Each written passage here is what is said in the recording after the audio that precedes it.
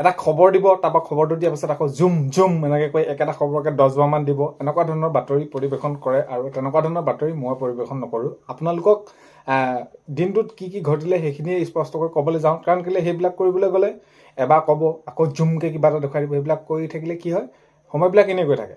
চ' সেইবাবে আপোনালোকক চিধা চিধিকৈ মই ভিডিঅ' আপোনালোকক জৰিয়তে বাতৰি যিকেইটা আছে, খবৰ যিকেইটা আছে আপোনালোকক সেইটোৱে জনাওঁ। তো আজিৰ ভিডিঅ'ৰ থাম্বনেইলৰ টাইটেল দেখি আপোনালোকে নিশ্চয় গম পাইছে ভিডিঅ'টো কেনেধৰণৰ হ'ব গৈছে। হয়, আজি হৈছে 5 জানুৱাৰী আৰু আজিৰ সন্ধিয়াৰ কেইটামান খবৰ আপোনালোকলৈ লৈ আহিছোঁ। আপোনালোকে ভিডিঅ'টো শেষলৈকে চাব বুলি আশা কৰিলোঁ। আৰু সেইবাবে এই যে এডিট কৰোঁতে ঝুম ঝাম ঝুম এনেকুৱাখিনি নকৰোঁ, আৰু আপোনালোকে সেইখিনি হয়তো আঁকোৱালি লৈছে আৰু আঁকোৱালি ল'ব বুলি ভাবিছোঁ। পোনপোটাকৈ আপোনালোকক খবৰখিনিহে আপোনালোকক জনাওঁ। বাৰু যি কি নহওক, বহুত বেছি হৈ গ'ল, আপোনালোকে ভিডিঅ'টো শেষলৈকে চাওক, বহুত বেছি দীঘলীয়া নহয়। তো প্ৰথমটো খবৰলৈ আগবাঢ়িছোঁ। প্ৰথমটো খবৰ হৈছে শিৱসাগৰত মুখ্যমন্ত্ৰীক লাগে। তো এতিয়া যিহেতু আগন্তুক বিধানসভা নিৰ্বাচন আহি আছে, তো তাত এতিয়া বিধানসভা নিৰ্বাচনত প্ৰতিদ্বন্দ্বিতা কৰিবলৈ অখিল গগৈ ডাঙৰীয়াক মাননীয় মুখ্যমন্ত্ৰী মহোদয়ক লাগে। সেইখিনি তেনেদৰে জনাইছে অখিল গগৈ ডাঙৰীয়াই যে আগন্তুক নিৰ্বাচনত শিৱসাগৰ সমষ্টি বা মাননীয় মুখ্যমন্ত্ৰী মহোদয়ে মোৰ লগত প্ৰতিদ্বন্দ্বিতা কৰক বুলি তেনেদৰে অখিল গগৈ ডাঙৰীয়াই জনাইছে। নেক্সটটো খবৰ হৈছে মৰিয়নিত ৰেল ষ্টেচনত 20 লক্ষাধিক, আপোনালোকে এইখিনি খবৰখিনি গম পাই আছে কেনেকুৱা ধৰণৰ কি তেনেদৰে সেইখিনি পৰ্যবেক্ষণ কৰি আছে, সেইখিনি চাই আছে যে হয় মৰিয়নি ৰেল ষ্টেচনত 20 লক্ষাধিক টকাৰ ড্ৰাগছসহ গ্ৰেপ্তাৰ সৰবৰাহকাৰী। তো এইখিনি ক্ষেত্ৰত ড্ৰাগছৰ ক্ষেত্ৰক লৈ কেনেকুৱা অসম আৰক্ষীয়ে সেইখিনি অভিযান চলাই আছে আপোনালোকে গম পায়। এতিয়া মৰিয়নিত আজি ৰেল ষ্টেচনত 20 লক্ষাধিক টকাৰ ড্ৰাগছসহ গ্ৰেপ্তাৰ সৰবৰাহকাৰী। নেক্সটটো খবৰ হৈছে নুমলীগড়ৰ বাগিচাই এতিয়া বন্য হস্তীয়ে কি কৰিছে, মুক্ত বিচৰণ কৰিছে। এতিয়া নুমলীগড়ত কাৰণ কেলৈ এতিয়া এনেকুৱা ধৰণৰ হৈ পৰিছে পৰিৱেশবিলাক, গছ গছনি বহুত বেছি কমি গৈছে, তাৰ ফলত মানুহ থকা ঠাইলৈ তেনেদৰে সেইখিনি বন্য হস্তি হওক বা বনৰীয়া জীৱ জন্তু আহিব লগা হৈ গৈছে, এনেকুৱা এটা পৰিস্থিতি। বাৰু যি কি নহওক, ইয়াৰ এইখিনি চাবৰ বাবে যিহেতু বন বিভাগ আছে, বাৰু যি কি নহওক কথাটো হ'ল কি কোনো অনিষ্ট হ'ব নালাগে। এতিয়া আজি নুমলীগড়ত বাগিচাই বন্য হস্তীৰ জাকৰ মুক্ত বিচৰণ কৰি থকা দেখা তেনেদৰে গৈছে। নেক্সটটো খবৰ হৈছে বোকাজান বিধানসভা সমষ্টিৰ অন্তৰ্গত চিলনীজানত বিজেপিৰ বৃহৎ যোগদান কাৰ্যসূচী। তো হয়, এতিয়া 26 যিহেতু নিৰ্বাচন আহি আছে আৰু তাৰ নিৰ্বাচনৰ প্ৰাক্ষণত এতিয়া এনেকুৱা ধৰণৰ এইটো পৰিৱেশ দেখা যাবই। এইটো দলত আজি ইমান লোকে জইন কৰিলে, কাইলৈ বেলেগ এটা দলত, অন্য দলত তেনেকুৱা ধৰণৰ। তো আজি বোকাজান বিধানসভা সমষ্টিৰ অন্তৰ্গত চিলনীজানত বিজেপিৰ বৃহৎ যোগদান কাৰ্যসূচী আজি তেনেদৰে সেইখিনি হয়। নেক্সট খবৰ হৈছে আজিৰ পৰা আৰম্ভ হ'ব বিজেপিৰ দেৱাল লিখন প্ৰক্ৰিয়া। তো এইখিনি ক্ষেত্ৰত মাননীয় মুখ্যমন্ত্ৰী মহোদয় তেওঁ সেইখিনি জনাইছে কিদৰে কেনেদৰে কৰিব পৰা হ'ব বা কেনেকুৱা ধৰণৰ কি, হয়তো আপোনালোকে বাতৰিবিলাক যদি চাইছে নিশ্চয় গম পাইছে। তো আজিৰ পৰা এইখিনি আৰম্ভ কৰিছে বিজেপিৰ দেৱাল লিখন প্ৰক্ৰিয়া, অৰ্থাৎ যিহেতু 26 নিৰ্বাচন পাইছেহি, তো তাৰ বাবে এইখিনি সকলোখিনি যুঁজা দ্ৰুত গতিত চলিব আজিৰ পৰা। নেক্সট খবৰ হৈছে পুৱতি নিশা 5.1 ৰিক্টাৰ স্কেলত আপোনালোকৰ ভূমিকম্পই জোকাৰিলে ৰাজ্য।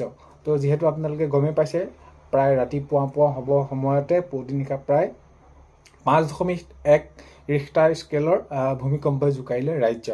আৰু এইখিনি ক্ষেত্ৰত এতিয়ালৈকে কোনো ধৰণৰ ডাঙৰ ক্ষয় ক্ষতি হোৱা নাই বুলি তেনেদৰে গম পোৱা গৈছে, তাত কোনো ধৰণৰ হানি বিঘিনি হোৱা নাই। নেক্সটটো খবৰ হৈছে অখিল গগৈক মিত্ৰদলে পাত্তা নিদিয়ে।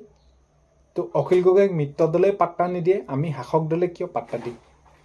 তো অখিল গগৈ ডাঙৰীয়াক মিত্ৰদলে পাত্তা নিদিয়ে, অৰ্থাৎ তেওঁলোকে যাৰ লগত মিত্ৰতা কৰিম বুলি কৈছে সেইসকলে পাত্তা নিদিয়ে, আৰু আমি কিয় শাসক দলে পাত্তা দিম বুলি এনেদৰে জনাইছে পবিত্ৰ মাৰ্ঘেৰিটা ডাঙৰীয়াই, সাংসদ পবিত্ৰ মাৰ্ঘেৰিটা ডাঙৰীয়াই তেনেদৰে সেইখিনি জনাইছে। নেক্সটটো খবৰ হৈছে কলিয়াবৰত সদৌ অসম লেখিকা সমাৰোহৰ দ্বিবাৰ্ষিক অধিৱেশন। তো হয়, কলিয়াবৰত সদৌ অসম লেখিকা সমাৰোহত দ্বিবাৰ্ষিক অধিৱেশন অনুষ্ঠিত তেনেদৰে হৈছে। নেক্সটটো খবৰ হৈছে ভয়ংকৰ ভূমিকম্পত মৰিগাঁৱত আহত 2জনকৈ লোক। তো এতিয়া আজি যিহেতু পুৱতি নিশা যিটো ভূমিকম্প হ'ল, আহত হৈছে তেওঁলোক 2জনকৈ। সেইখিনি যি ভূমিকম্প হৈছিলে, ভূমিকম্পৰ ফলত তেওঁলোক আহত হৈছে। নেক্সটটো খবৰ হৈছে আজিও হৈ নুঠিল গণশিল্পী ৰাজীৱ শদিয়াৰ সমাধিস্থলীলৈ যোৱাৰ পথ। তো আজিও সেইখিনি হৈ নুঠিল বুলি কৈছে, পূৰ্বে যেনেদৰে আছিল তেনেদৰে আছে যি গণশিল্পী ৰাজীৱ শদিয়াৰ সমাধিস্থল, তো তালৈ যিটো যোৱা পথ আছে সেইটো তেনেদৰে আছে বুলি কৈছে। সেইখিনি হৈ নুঠিল আৰু এইখিনি আগৰ দৰে আছে বুলি কৈছে স্থানীয় ৰাইজে। নেক্সটটো খবৰ হৈছে লাখপতি চেক বিতৰণ হৈ আছে আৰু মহিলাসকলে 50,000 লোকে পাব বুলি তেনেদৰে সেইখিনি জনাইছে। যি মুখ্যমন্ত্ৰী মহিলা উদ্যমিতা আঁচনি চেক 10,000 টকা, তাৰ পিছৰ পৰ্যায়ত 25,000, তাৰপিছত 50,000, এইখিনি ক্ষেত্ৰত মাননীয় মুখ্যমন্ত্ৰী মহোদয়ে জনাইছে আগন্তুক সময়ত 50,000 টকালৈকে মহিলাসকলে পাব বুলি এইখিনি মাননীয় মুখ্যমন্ত্ৰী মহোদয়ে জানিবলৈ দিছে। নেক্সট খবৰ হৈছে অৰুণোদয় আঁচনি। অৰুণোদয় আঁচনিৰ ক্ষেত্ৰত এতিয়া কি হৈছে, অৰুণোদয় 8,000 টকাকৈ সোমাব। আপোনালোকে গমে পায় ফেব্ৰুৱাৰী 20 তাৰিখে এইখিনি ক্ষেত্ৰত মাননীয় মুখ্যমন্ত্ৰী মহোদয়ে জনাইছে আৰু নতুন ফৰ্ম দিয়াৰ ক্ষেত্ৰতো এইখিনি জনাইছে যে এতিয়াও বহুতো মহিলা বাদ পৰি আছে আৰু এই মহিলাসকলে নতুন ফৰ্ম পাব অতি সোনকালে আৰু এইখিনি ক্ষেত্ৰত সকলোখিনি যোজা কৰা হ'ব। আগন্তুক নিৰ্বাচনৰ পিছতে সকলোখিনি কাম কৰা দেখা যাব বা এইখিনি কেনেদৰে কৰিব পাৰি সেইখিনি মাননীয় মুখ্যমন্ত্ৰী মহোদয়ে জনাইছে। নেক্সট খবৰ হৈছে চৰকাৰী ঘৰ।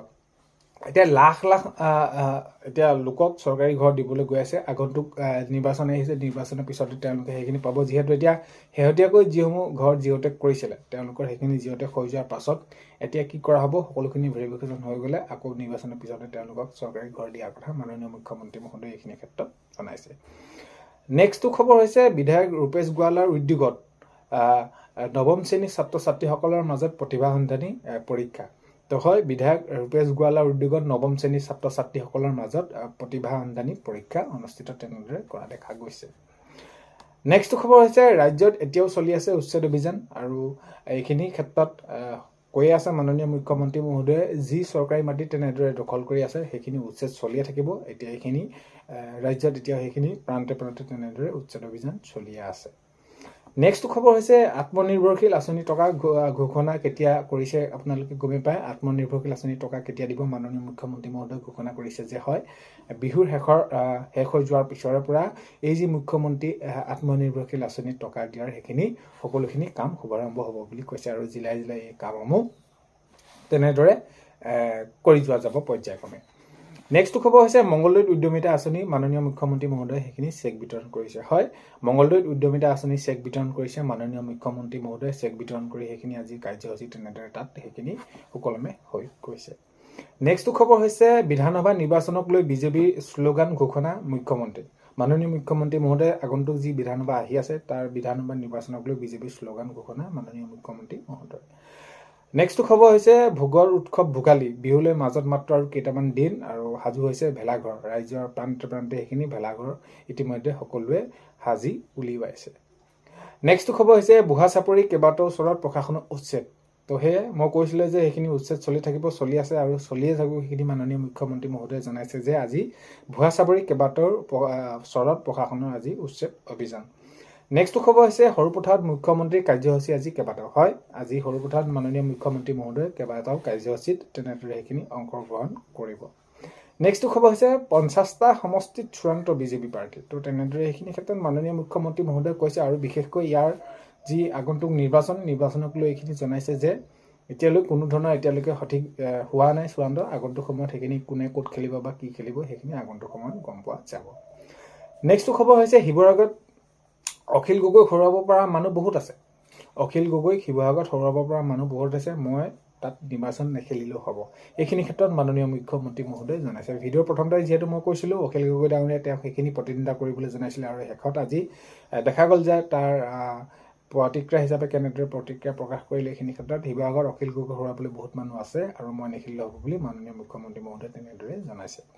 নেক্সট খবৰ হৈছে মানস ৰাষ্ট্ৰীয় উদ্যানত এশিঙীয়া গড়ৰ চোচা বন ৰজালৈ। তো এইখিনি কেমেৰাত বন্দী হৈছে, সেইখিনি হয় আজি মানস ৰাষ্ট্ৰীয় উদ্যানত এশিঙীয়া গড়ে চোচা ল'লে বন ৰজালৈ।